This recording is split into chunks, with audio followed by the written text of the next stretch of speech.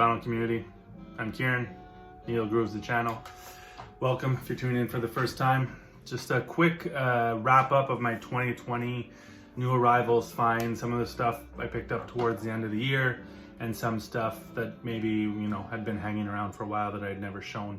I actually filmed this video with my last one, the Gato Barbieri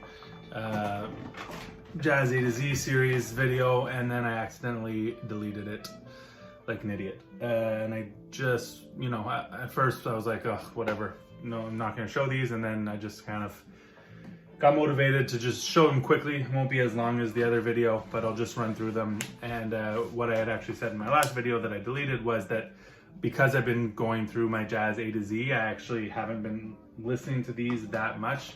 I did listen to some of them when I got them, but that's been, over a month now. But yeah, here we go. I'll just show you what I got. Some stuff I'm really pumped about, and some stuff that I just grabbed that was cheap that is not essential, let's say. This is one of the better ones, Release Music Orchestra, Garuda. Not something I was familiar with. I realized that I did have one of their albums on my want list in Discogs. It's not really, my want list isn't representative of all the records that I actually know and want. It's more a way of me of keeping track of stuff that I see people post or talk about that I'm interested in, and I'll add it there. I'm not actually, trying to collect all the records I've added to my want list, because that's impossible. But it is a kind of a reference point for me when I find something. If I see it's been added to my want list, sometimes I try to make a note, like who recommended it, or something like that. And then some of the stuff I know, I put it there because I've listened to it, I dig it, and I do really want it, let's say. My point being, I had added their other release to my want list, and this one popped up locally, popped up on Discogs, but from a local shop that I check their Discogs regularly. And so I grabbed this. I actually traded some stuff for this, so I didn't really pay much. And yeah, really, this is my first record on the Brain label, so this is kind of like fusion, krautrock. I really don't know how to describe this, but out of Germany, and really dig it. There's a lot to kind of unfold here and to dig into, so I look forward to that some more. But the few times the day I got it, I remember I was like, man, I'm glad I picked this record up. This is probably the grail out of the bunch. Henri Pierre Noël piano, and this is a local record. Henri Pierre was a Haitian fellow who I guess moved to Montreal, and this is kind of like a private press record. Late 70s, he's a pianist, as you would guess. It's not a big band. I can't remember if it's a trio, and but it's like kind of upbeat, rhythmic piano. I'm pretty sure you can check this out online. This is a really nice copy in shrink. I kind of have a thing for collecting not all local records, but dope stuff that was from my hometown here in Montreal. And this is kind of he has another record too, which I'm on the lookout for, sorry. But yeah, check that out, on my piano, some really dope stuff. This was kind of like a Boxing Day sale, little sale, nothing big, but I picked up a few things. I already had a reissue of this, but it's like a digital thing, and with a brown cover, so I'll probably just trade that one in at some point when stores reopen. But this one, Hassan's Walk d'Adissi Kamalafe, if you're not familiar with this, just like for me, the perfect example of, let's say, spiritual jazz. This is also a perfect example of how jazz could be amazing, and music in general in the 80s. It's from 83 originally on Nimbus West, or Nimbus. I never know. I think at first they were Nimbus and then they became Nimbus West. So d'Adissi is an alto sax and flute player. Well, that's what he plays on here. I'm sure he can play more instruments than that. Ricky Kelly on Vibes, who also has a great record on Nimbus. Eric Tillman, who I'm not familiar with, on piano. Roberto Miranda, great bassist. And Sunship Theus, who I'm not too familiar with, but his name does ring a bell. He probably plays on some other Nimbus records. Nimbus, I'm sure you're familiar with, but it's a label out of LA. A lot of Tap Scott stuff. and all these kind of musicians played on each other's records. Special thanks to the Horace Tapscott and the Pan-African People's Orchestra for all the inspiration, and also thank goes to Tom Albach for this production. Tom Albach was that was his label, so he produced this. Santa Barbara, California. This is a Pure Pleasure analog limited edition. I don't know how limited they are. This came out a while ago and they're still available, but definitely worth, I mean, any of these Pure Pleasure, if there's a record you want, kind of like a stamp of quality, and this one's highly recommended. Hassan's Walk from '83. This one that was recommended to me. I need to dig in more. I did enjoy it. However, so this is Randy Weston, Blue Moses. Guests, Freddie Hubbard, Grover Washington Jr., Hubert Laws on CTI. And I kind of made the mistake of putting this on in the kitchen while cooking, which is, you know, I have to be selective about what I play if I'm cooking and my girlfriend's around, because it's just can be like, I have a small kitchen, it's enclosed, it's not like open, and if it's too, like sometimes if it's harsh music, it can be really aggressive in there, because the speakers are close and stuff like that. I have a little setup for playing vinyl in the kitchen, and this was not the right record. I assume CTI, Freddie Hubbard, you know, Grover Washington, it might be kind of like an easy listen, but it was not. So I need to respin this, not while cooking. This I was really happy to find. I don't really have any Nina records, I don't think, except one beat up copy of one of her early records. This is Nina Simone Sings the Blues on RCA Victor.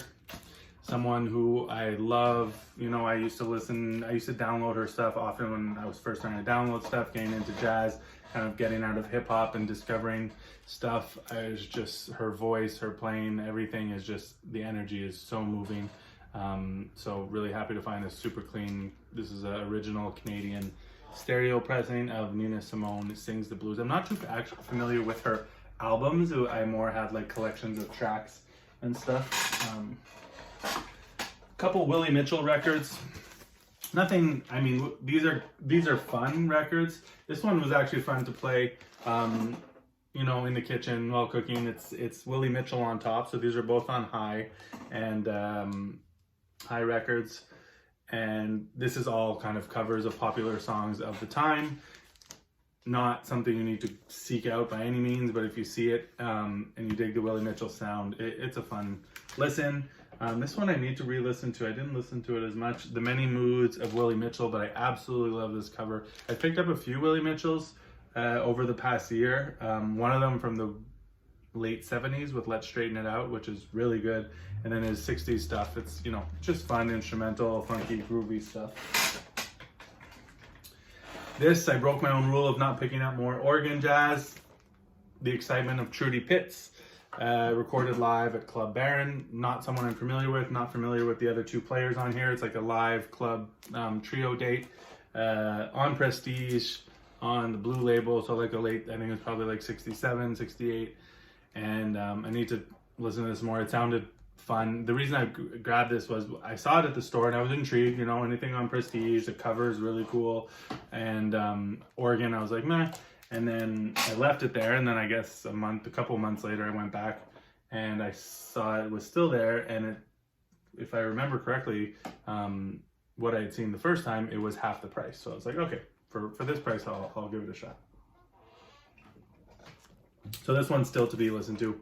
It sounded like kind of, you know, it's nothing special, but it's kind of fun, groovy, live organ jazz, smoky club type of vibe. This has been sitting at my local shop forever, and if you ask me, it was overpriced, and it was on part of the sale that they had, and I grabbed it. This is Joe Thomas Coming Home, and not really feeling it. There's some nice, funky moments, but overall it's just a bit kind of straight and a bit cheesy to me. Maybe I'm missing it. Gotta listen to it some more. What's cool is it's on Cobblestone, and I didn't know this Cobblestone label. I guess it's the original Cobblestone label, but as you can see, it kind of matches the font here. So yeah, we'll see if it sticks around. This one I like a bit more than the Joe Thomas, but still a bit kind of not cheesy, but it's a bit soft. This is Pancho Sanchez, Straight Ahead. I have another one of his records on Discovery, and I really dig it. And this one, there is some really nice moments on it, but it's not like fire throughout when they get going and grooving. It is, you know, the recordings of Pancho Sanchez on percussion are just, it sounds so good. And there are some nice electric keys by Claire Fisher, but there are moments where it's a bit soft for me. I like my Latin music with a bit more fire. That was another one that had been at a local little shop that I go to, you know, only a few times a year, and I've seen it there, you know, for over a year, and didn't want to pay what he was asking, but I was like, hey, you know, I've seen you've had this for a long time, and he gave it to me for, you know, basically half price. So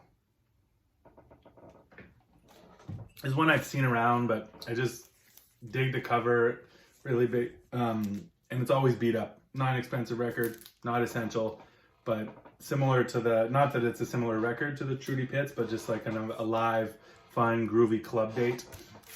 This is Milt Jackson Quintet featuring Ray Brown, live at Shelly Mann's Hole. This is from the early 70s. I'm not sure if it was recorded in the early 70s or the late, it's probably late 60s. This is one I need to revisit, but haven't listened to it much. A couple more, both in the same, well, no, they're different, but I would both describe them. I would describe both of these ones as kind of blues artists, blues records, but with a soulful, funky approach, which I guess is something that was, you know, happening in the late 60s, early 70s. So this is Tyrone Davis, Can I Change My Mind, on Dakar, which I guess is a part of Atlantic, if I remember correctly, because of the inner sleeve that I saw that came with this. The real reason I grabbed, I mean, I like this record. It's good, it's okay, but it's not like essential. It's better to me than his later stuff, which from what I understand and have heard maybe a little bit is a bit too polished and mainstream. But this is, I mean, there might be some good later Tyrone Davis stuff. I don't know, but it seems like it's maybe a more disco-y. I'm not sure. This is, you know, bluesy and soulful. And the real reason I grabbed this is because I have a thing when I was first buying records about maybe 10, 11 years ago, when I first started to pop into record shops, what I was seeing was a lot of Scorpio reissues. I didn't really know, that's what was always there. And I didn't know what it was. I just knew they were new. I knew they were reissues, but they were cheap, you know, they were $10 to $15. So, and there was this whole slew of records that I was seeing that I had never seen before. You know, I knew hip hop and I knew jazz from the 50s and 60s. Soul, I knew, you know, maybe Curtis Mayfield, Stevie Wonder, Marvin Gaye. So I had a decent base, but there was all these records sitting in these stacks, and I was like, I wanted all of them. I didn't know anything about, you know, reissues or quality or anything like that. It was just like, that's what was in the record shops at the time, and that was cheap, and I didn't buy a ton of them. I have maybe, you know, 20, I would say I picked up 20 to 30, not more than that. But I have a thing about replacing those records that I first bought shitty Scorpio reissues of getting the originals. I definitely have, I still have most of the Scorpios that I've replaced with originals in a stack to get rid of, but it's just a thing I have. And there's some of them, some of them that are rare that I have been able to get, and there's a few that I'm still missing, and then some like that, not hard to find, but I like to pick them up when I see them. And lastly, Albert Washington, Sad and Lonely. This one is a bit more, like, it's still, you know, bluesy, very bluesy, but I would say a bit funkier than the Tyrone Davis. This is on Eastbound. This one kind of goes for a bit of money. It's not the best record. There is one track, I can't remember which one, I posted on my story a while ago, that was really dope, you know, drum break, funky, but for the most part it's an okay bluesy soul record, or no, soulful blues record, let's call it that. This is a promo copy, and it wasn't expensive because the covers, this is another one that was sitting at the shop for years. and because they had that sale, I just wanted to grab a few things end of the year sale, but not the nicest cover. And that's it. I'm working on my next Gary Bartz and Kenny Barron, you can see there. So I should be back in, I would say, a week or two. I've started slowly, but a lot to jump into there. Hope everyone's well, and see you soon. Peace.